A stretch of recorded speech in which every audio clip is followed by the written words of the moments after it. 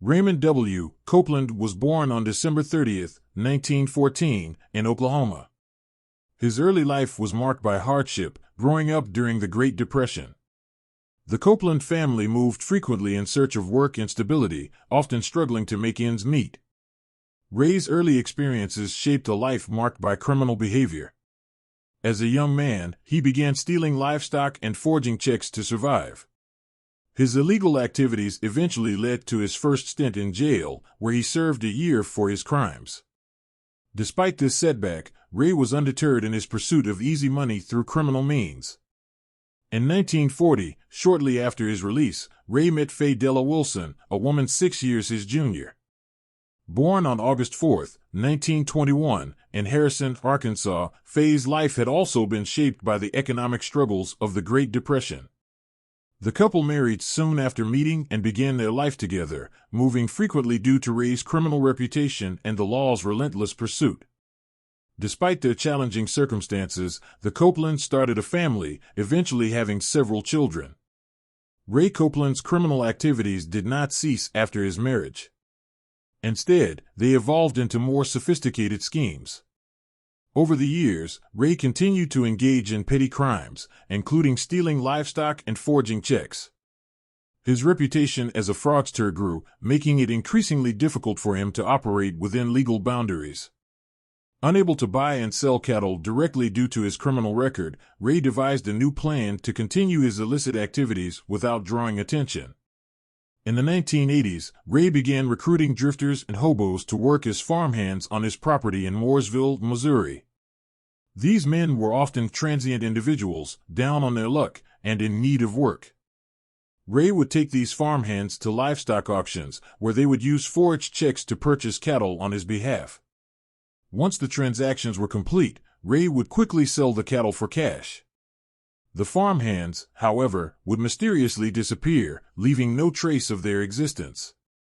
For a while, Ray's scheme worked, allowing him to profit from the illegal sale of cattle. However, law enforcement eventually caught up with him, and Ray was sent to jail once again. Despite his incarceration, Ray was undeterred and resumed his criminal activities upon his release. This time, he was more careful to ensure that his farmhands were not easily traced back to him. Between 1986 and 1989, Ray Copeland's criminal activities took a deadly turn. It is believed that Ray, with Faye's assistance, began killing the drifters who worked for him to cover up his cattle fraud scheme. The exact number of victims remains unknown, but Ray and Faye were eventually convicted of killing 5 men. The first known victim was Dennis K. Murphy of Normal, Illinois, who was killed on October 17, 1986. Murphy, like the others who followed, was a drifter hired by Ray to work on his farm. Murphy was lured into a false sense of security, only to be killed and disposed of when his usefulness to Ray had ended. Following Murphy's murder, Ray continued his deadly pattern, with Wayne Warner of Bloomington, Illinois, becoming the next victim on November 19, 1986. Jimmy Dale Harvey, 27, of Springfield, Missouri, was killed on October 25, 1988, followed by John W. Freeman, 27, of Boonville, Indiana, on December 8, 1988. The final known victim was Paul J. Cowart, 20, of Dardanelle, Arkansas, who was killed on May 3 or 4, 1989. Each of these men was killed in cold blood, their bodies hidden on the Copeland property or nearby locations. The weapon of choice was a .22 caliber Marlin rifle, which was later found in the Copeland home and linked to the murders. The Copeland's reign of terror might have continued indefinitely if not for the actions of a former farmhand, Jack McCormick. In August 1989, McCormick called the Crime Stoppers hotline, reporting that he had seen human bones on the Copeland farm and that Ray had attempted to kill him. Initially skeptical of McCormick's claims, the police decided to investigate further after reviewing Ray's extensive criminal record. On October 17, 1989, law enforcement officers, accompanied by a team of bloodhounds, descended on the Copeland farm with a search warrant. Initially, the search yielded little evidence. However, as the investigation continued, the remains of 3 young men were discovered in a nearby barn. The bodies were badly decomposed, but it was clear that they had all been killed with the same weapon, the .22 caliber rifle found in the Copeland home. As the search expanded, more bodies were discovered, confirming the investigators' worst fears. The evidence overwhelmingly pointed to Ray Copeland as the mastermind behind the murders, but questions remained about Faye's involvement.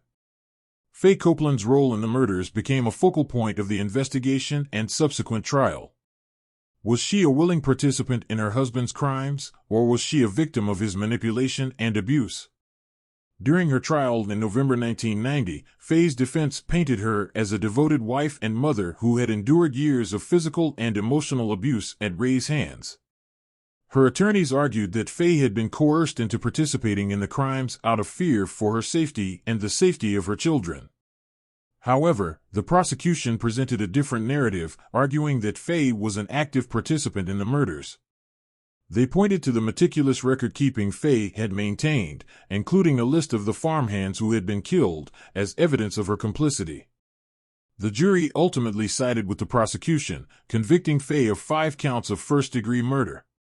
She was sentenced to death by lethal injection, becoming the oldest woman on death row at the time. In March 1991, Ray Copeland went on trial for the murders. He was also convicted of 5 counts of first-degree murder and sentenced to death.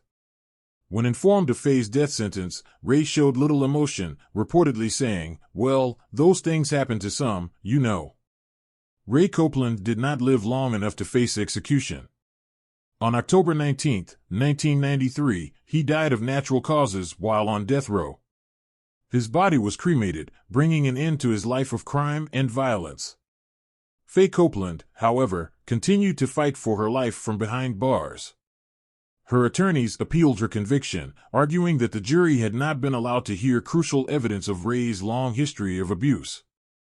On August 6, 1999, Judge Autry Smith overturned Faye's death sentence but allowed the murder convictions to stand. Her sentence was commuted to 5 consecutive terms of life without parole. Despite the reduction in her sentence, Faye's health continued to decline. On August 10, 2002, she suffered a stroke that left her partially paralyzed and unable to speak. Recognizing her deteriorating condition, Missouri Governor Bob Holden granted Faye a medical parole in September 2002, fulfilling her wish to die outside of prison. She was moved to a nursing home in her hometown of Chillicothe, Missouri, where she died of natural causes on December 23, 2003, at the age of 82. Faye left behind 5 children and 17 grandchildren, her legacy forever tainted by the crimes she and Ray committed. The known victims of Ray and Faye Copeland's murderous scheme were Dennis K. Murphy of Normal, Illinois, killed October 17, 1986. Wayne Warner of Bloomington, Illinois, killed November 19, 1986.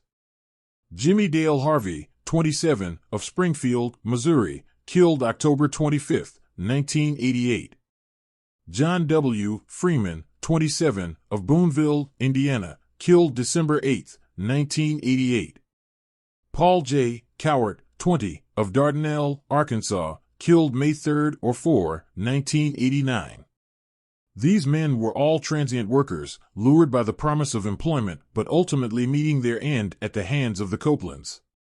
The story of Ray and Faye Copeland has captured the public's imagination for decades, inspiring various adaptations in literature and the arts.